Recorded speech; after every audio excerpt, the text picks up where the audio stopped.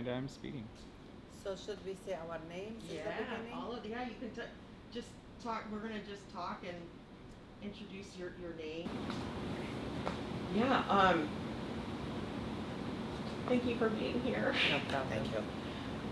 Will you please introduce yourselves? Like, tell me your names and. Is he start? Did Yeah. you start? Yeah. Closer to me. Oh, Closer to you? the camera. Sure. Thank you kindly. Better. Better? Yeah, thank you. I'm sorry. Yes. I So- didn't know. You look so beautiful. Thank You're you. surrounded by, like, you're a beautiful human being, and you are so beautiful. Your energy is beautiful. Thank you. And I could feel your history already. Thank you. And surrounded in this color, I can't tell you how lovely this is going to look. I'm Iknur, and would you mind introducing yourselves for me? My name is Amal Kiblawi. My maiden name was Amal Hassan, but when I got married to my husband, I became Amal Kiblawi. And I'm Isam Kiblawi.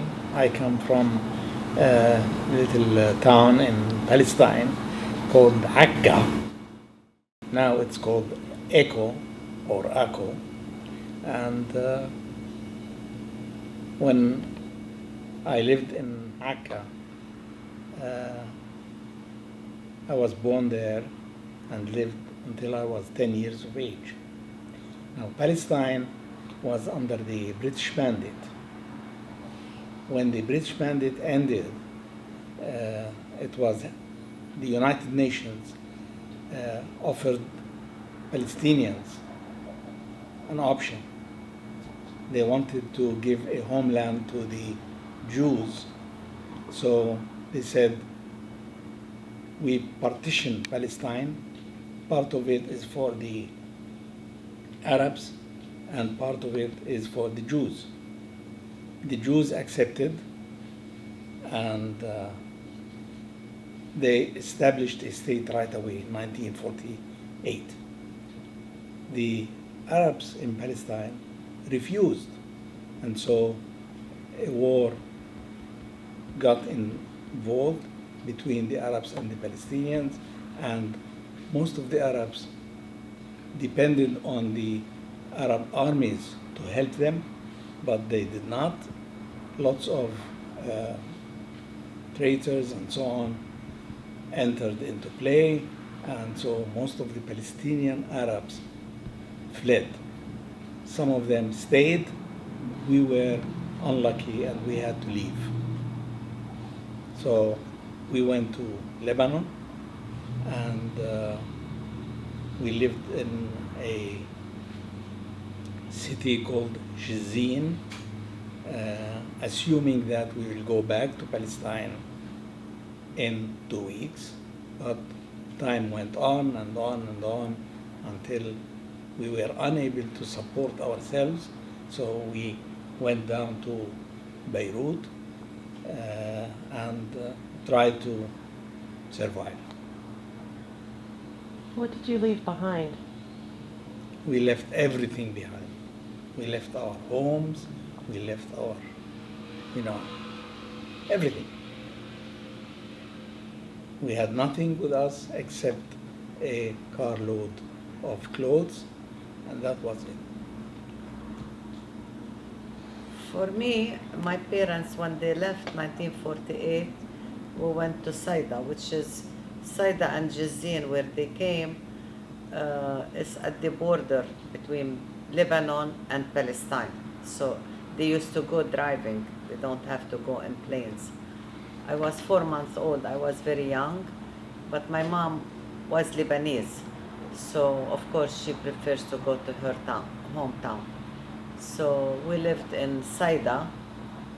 My dad had 5 siblings. We all lived in one house, huge living room with 5 bedrooms, all the brothers and their wives. And of course, every woman has to cook every day for everybody, and they share one big bathroom. And then at that time, be locked in a small bedroom. This woman has 3 kids. This woman has 4. So all of us, we were maybe 30 kids in one big house. So we grew up in that town. And then my husband, his family they did business over there, right? Yeah, I know. I remember my aunts used to make clothes, shirts, all of them, like a lab or a factory, and sell the shirts for somebody in Lebanon, and just have enough money to be able to survive. And your dad did the glass place. They used to sell That was glass. later on. He went to business with a nephew of ours, and as selling kitchenware and stuff like that.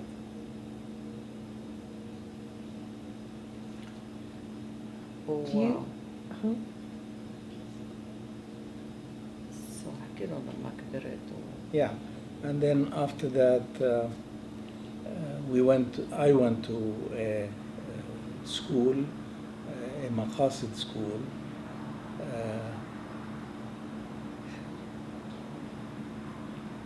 I knew English. The Maqasid school teaches French, so we had a tough time when the French class goes on. We used to go out and play. That was the first year or two, and then we went up to a town in Lebanon called Ale.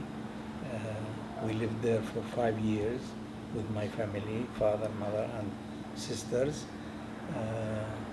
Then when I graduated the high school, we went back to Beirut, and I enrolled in American University of Beirut, and then I became I chose medicine. I became a doctor. When I finished specialty in pediatrics, I went to Saudi Arabia for,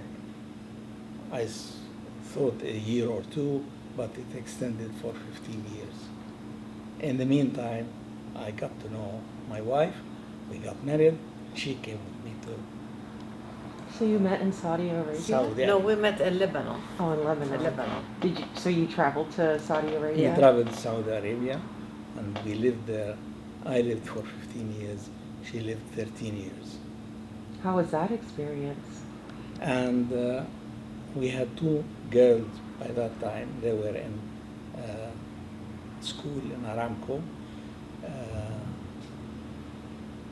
They were at an age where they were in the 9th grade, and we had the dilemma whether to send them to boarding schools, either in England or in America, and we stay in Saudi Arabia. But we elected to emigrate, so we started the visa process, and we emigrated to. We did not want to part with our kids. At that time, his brother, American citizen, was living in Washington, D.C.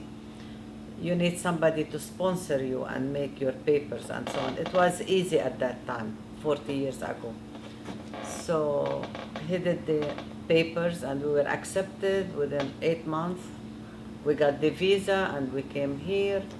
We started our life, and we got a 3rd girl, Layla, and he opened a business, pediatrics office in Mesquite.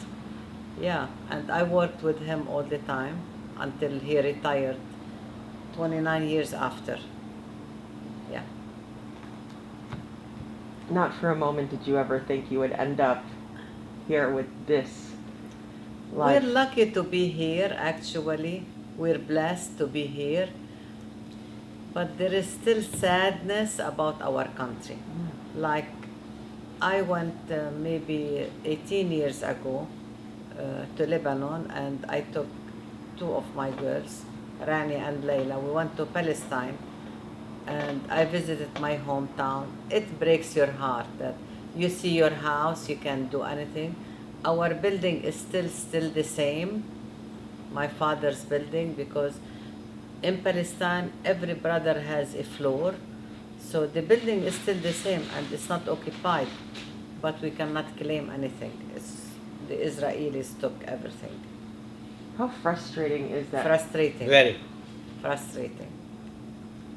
Yeah. And it's empty. Yeah. So we're lucky to be here actually for our kids, for their education, and now our grandkids and their education, our health. Of course, we're lucky to be here. But it's sad to leave your country. Have you gone back home too to see the home that you grew up She in? did go a couple of times. I never went. Mm. Do you remember your family locking the doors to the house when they left? Yes. And we left the keys. Actually, yeah, we left the keys over there. And who did you leave the keys with? Our neighbors. And the neighbors, of course, fled after that. So we are lost. We were lost. Do you remember your parents ever inquiring about the home and the businesses that your family had? My father went back a couple of weeks after we settled in Jazin and to finish his business. But after that, he never went. And when you say finish the business, he closed it. Did he have the chance to close it or sell it or anything? No. No, just leave everything. Yeah, my dad in Palestine had like a farmer's market here, a huge place.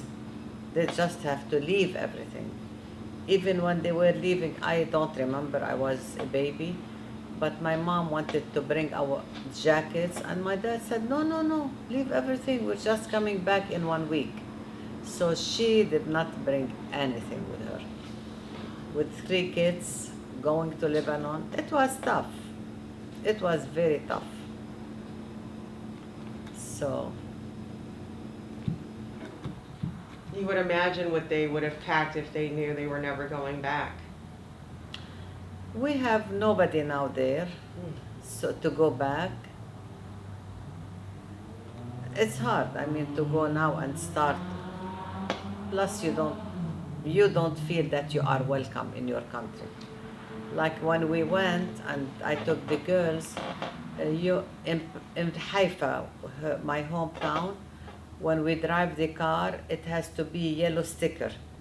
That is an Israeli car. So we go to a border, then we rent another car, and it's very expensive to have the yellow. And when we were driving in the streets, it's unfortunate, but it happened with us. Israelis will look at us, they know that we are not Israelis. So one time they threw a watermelon on our car. It's just a humiliation. Not knowing that was your home. Yeah.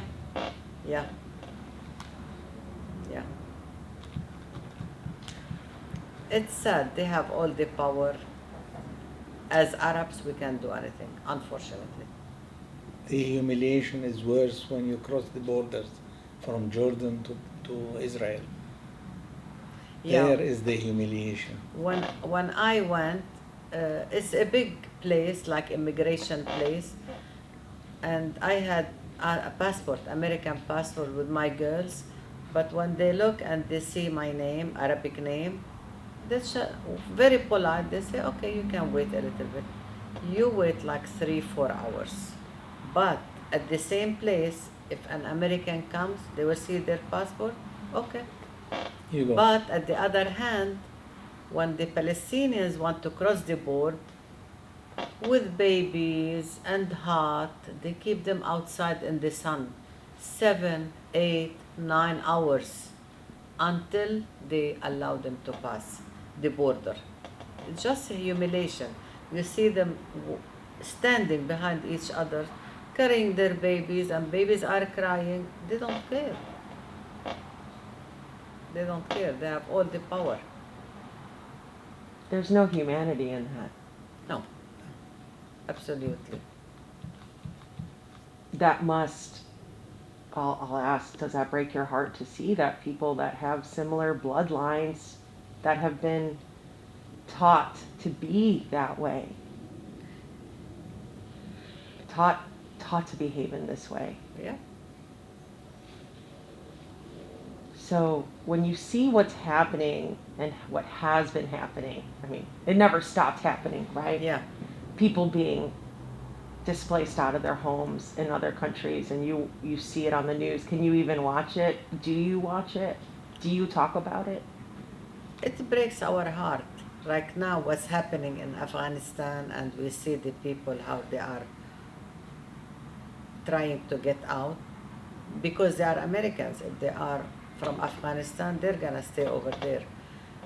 So maybe for people who, like my husband was 10 years old, he remembers more the agony. I mean, just seeing your parents putting you all in one car and fleeing your house, your neighbors, your schools. I still remember the neighborhood. Yeah, it's sad.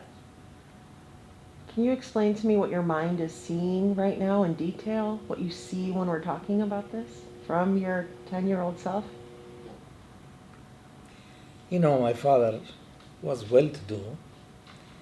He had the agency for an oil company, and he had transportations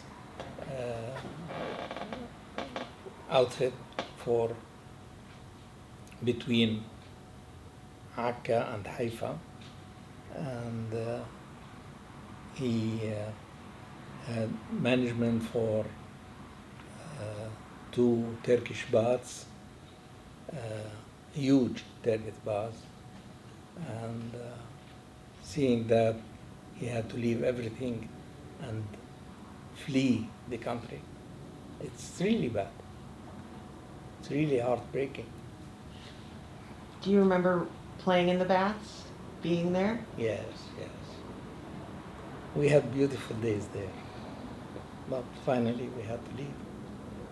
So when I visited his hometown, I wanted my girls to see what their grandparents had. So we went to the Turkish bath. It's still the same, but of course remodeled and everything. Transformed into a museum. It's now a museum. And it's so funny, the guy, you pay money to get inside. So I was, you know what, I am a Kiblawi woman, and then these are my girls. And this bathhouse was for their grandparents. And it happens that this guy, he is a Kiblawi too. So he said, you know what, don't let you pay money. You just go in and look and whatever. But it breaks your heart, you know, it's yours and you can't say anything about it. Is your history listed anywhere in this museum? Your family's names? No, nothing. Yeah. They won't allow it. No. Everything is in Hebrew over there, so. There's this notion about owning history, and that if they did write about your family and what had occurred there, they would have to own what happened there. That's my perception. Yeah. What is yours? If you walked in the building and said, this was my family started this, what do you think is happening in their mind that would prevent them from taking that information and making it part of this museum? Because that is the base of that structure. Yeah. His sister went to their own house and she knocked on the door. She said, can I see the house? Of course, it's completely remodeled and so on. And there are Israeli living in it. but they were polite enough to let her go in and offered her coffee, and then, but it's heartbreaking for her to see her own house and people are enjoying it or living in it. And not knowing. Not knowing. Yeah, of course. Yeah, they don't know. They don't know. We spoke to this man years ago, and he had said that when his family had to flee in Syria, they had left the keys with a man who said, "I'm a contractor, I will watch your home until you come back." And he was a thief. And so when they came back, that man had sold their house with fake contracts to another family. Mhm. And his father, he said, was a very scary man. His father came back to the house with a gun. And he said, "Get out of my home." And he threatened them. But so hearing your story, my heart is so heavy as well.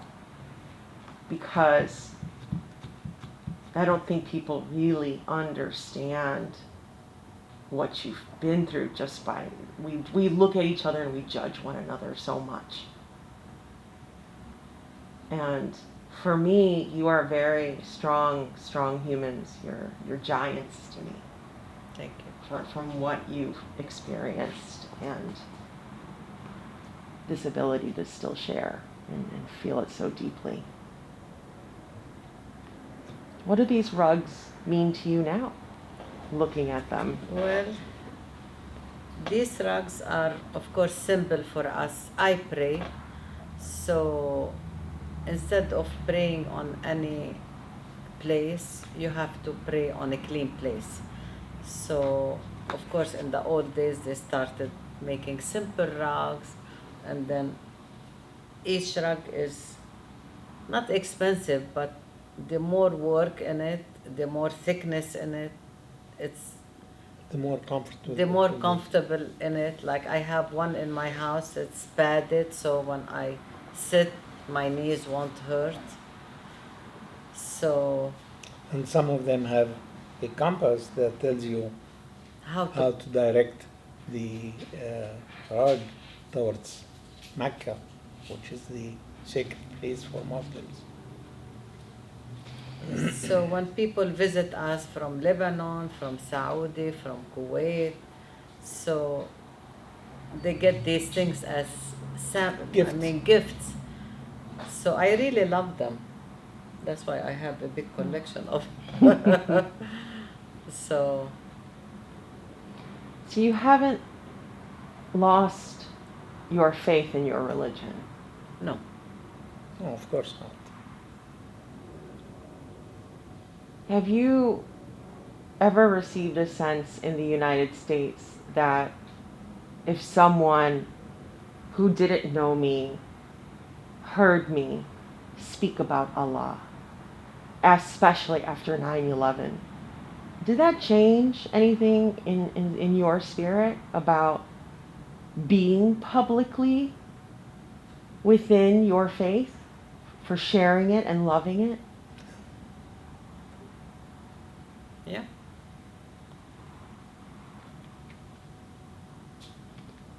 I feel as though all of us, our lives changed. For everyone Definitely. during 9/11. But for those of us that have this history, this religion, that things really changed in a different kind of way for us. Yeah. Would you say that you agree with that? yeah, definitely. Definitely. Are there any thoughts that you remember having? What do you remember having any thoughts after 9/11 about what had happened, where the blame was going to go? Did you ever think? No. And how do you protect your family and home today with the history that you have? No issues. No issues. Do you have trust in the banking system? In here, yeah. Yeah. Did you have trust in the banking system back home? No. In Unfortunately, what system? banking system. The banks. Especially nowadays, I'm sure you have heard about what's happening in Lebanon. I mean, it's just disaster. No banking system. People are just starving, no food, no money, no electricity, nothing whatsoever. So for us, again, we feel so sad about Lebanon, and we say we're blessed that we are here. And so many Lebanese now are fleeing away and immigrating and, leaving their country, it's really heartbreaking. Look what's happening in Afghanistan now. When the United States just left and the Taliban took over, so many hundreds of thousands of people are fleeing their country, just like we did. Yeah. It's not fair. It's unfair. Of course. It's very sad. So we hope peace will be everywhere, actually. Like again for Lebanon or Palestine, it has been like how many years? 70 years? Since 48, We wish and we hope for a peace, but I don't think even our kids will see it, or grandkids. Sometimes I think it's hard for human beings to survive without violence and hate and fear. That will always be part of our history. That will always be part of our future and our history. Yeah, that's true. That's true. When you see people fleeing, do you see them as the other, or do you see them as human beings? You empathize with them in a totally different way. yeah, we do. We feel the pain again. In your body. Yeah, when you see them having their belongings in a small piece of Pouch. material, it's just so sad. Yeah. You're probably hoping they have somewhere to go that's safe. Yeah.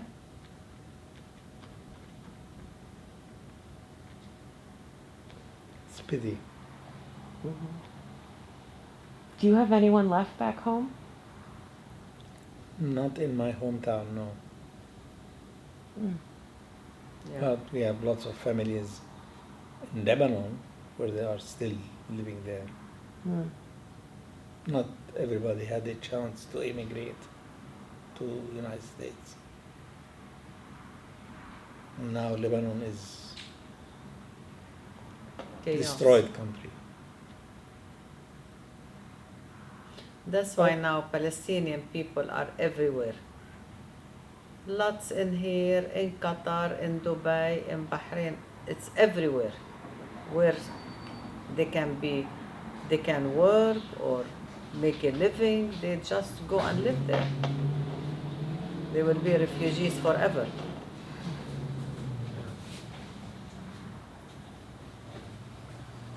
I could see why you have gotten yourself here. You are powerful, strong, beautiful people who have seen so much and raised your own family and started your own practice and built it together as a team. What is the language you would assign to who you are today as Americans, right? Do you own American? How do you self-identify? No, we always say we are Arab Americans, Oh, I love that. but within our Community. communication, or we just speak our language, Arabic. You do. Yeah, and I love the three of my daughters. They all speak Arabic, and my grandkids understand Arabic. So I hope one day they can speak it. Actually, my youngest daughter teaches Arabic. Oh, and I am proud of that. How important was it for you that your children learn the language? You've got to be so proud of your daughter. To You see, in Lebanon or in the Middle East, they speak more languages. Like in Beirut, Lebanon, they all speak Arabic, French, English at the same time. Armenian, and whatever. So they're accustomed to a language. Multilinguistic. when you think about your daughter succeeding here and teaching, and this is because of how you raised them. You found it important for them to learn the language. Of course. Did you only speak it in the home when they were growing up? We spoke two languages. We introduced the English to them when we were in Saudi Arabia. And how? So when we came here, it wasn't too hard for them. They already speak English. Yeah, but their grandmother does Yeah. not know English, so she used to converse with them in Arabic, and Yeah. that established the Arabic. Yeah, when we immigrated here, my parents lived with me, my dad and my mom. So when I had Layla, they spoke to her all the time in Arabic. So she didn't speak Arabic. When she grew older, it was all in her head, the Arabic language. So it wasn't hard for her to speak it. Language is the bridge between generations. Yeah. True. I would not have had the relationship that I did with my grandparents if I didn't speak Turkish. Yeah. I wouldn't have gotten to know who they were. We watched Turkish soap opera every night, and we love it. So many cultures do. Yeah. It was very important for my grandparents to know that I went to school.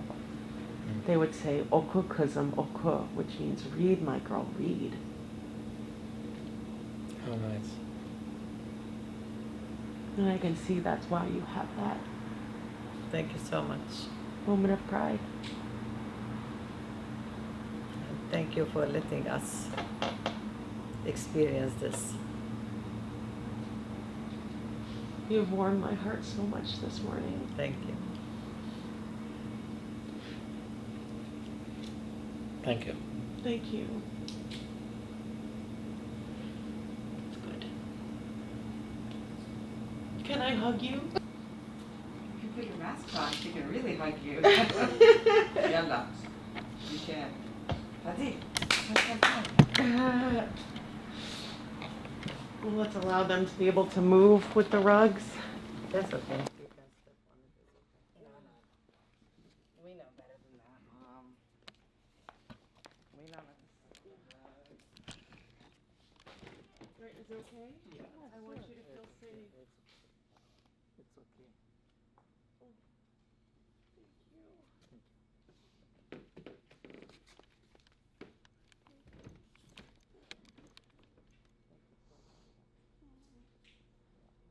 Oh, you moved me so much.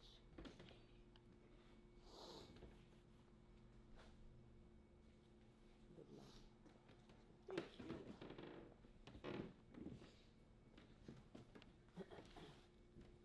I'll take a hug too. Yes, I love you, please. Papa. Thank you so much.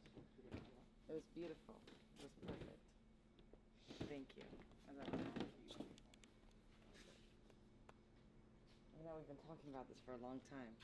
And Elkanor, this wasn't at all in my mind that this was going to happen today.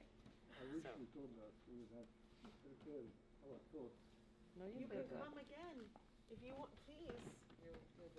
Please, this does not have to be the end. This can be just the beginning. You know, Hammam al-Basha is the Turkish bathhouse. Right. There are so many stories. Then let's let this be just the beginning. Yeah, let's do it again. Absolutely. good when my sister-in-law comes. Oh, She has Rasmiya. so many Oh, stories. she has the history in her. His brain. sister My Rasmiya is sister. She unbelievable. knows every single detail that I told. And she loves to talk about it. Then let's sit together and talk again. Yeah, she lives in Florida now. Okay. When she comes. When she comes. Let me know when she comes, please. Yeah, sure. Okay. Thank you. Well, is there anything I can